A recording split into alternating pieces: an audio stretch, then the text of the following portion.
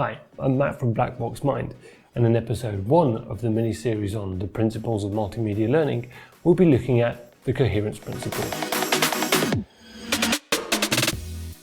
Now, imagine that you're following an online course in maths, and the next video is Pythagoras' theorem. Fun times. In any case, you've got the video ready, you've got your pen and paper ready, and you've got your glass of water. Well, whatever gets you through, really. So you press play on the video and everything's going great. The instructor's explaining the basics, you're writing down your notes and following along. Great. Pretty soon you're going to be ready for calculating the shit out of some triangles. Now, about halfway through, the instructor starts to deviate a little bit. He starts putting up information on screen about Pythagoras' life, who he was as a person, where he was born, his shoe size. Now, you have the sneaking suspicion that this really isn't essential information for the video. But, you continue to take notes anyway and follow along as best you can. Because, you're a good student. Now, at the end of the experience, you come away from the video thinking you know more about Pythagoras' preference for kombucha than you do anything about triangles. Now, in this, exaggerated experience, what, did the teacher do wrong? I mean, they explained the theory, right? And, surely they can add in some extra information to kind of spice things up a little bit.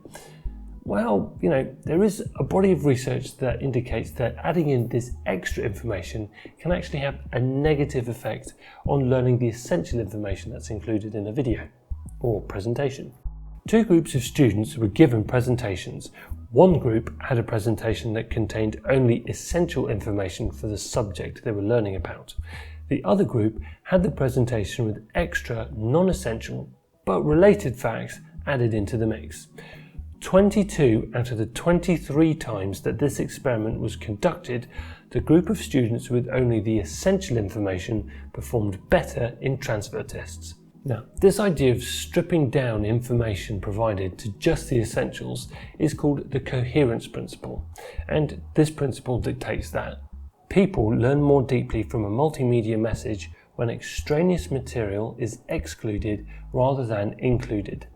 It's all about being concise and logical with the information that you're presenting to your learners and stripping out any extra or non-essential information and facts, no matter how interesting you think they might be for whoever's watching.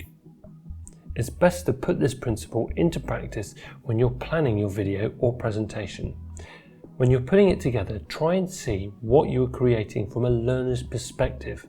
Is this picture relevant to what I'm talking about? Does this text help the learner follow what I'm saying? Is this animation absolutely necessary for understanding what I'm covering? If the answer to these questions is no, then get it the hell out of there. Always be on the lookout for how you can make things more concise and easier to follow for your learners. So that, in a nutshell, is the Coherence Principle. For more information, I've left links to all the references in the description box down below. And let me know in the comments if you found this helpful. And if you did, why not consider subscribing to the channel? Please.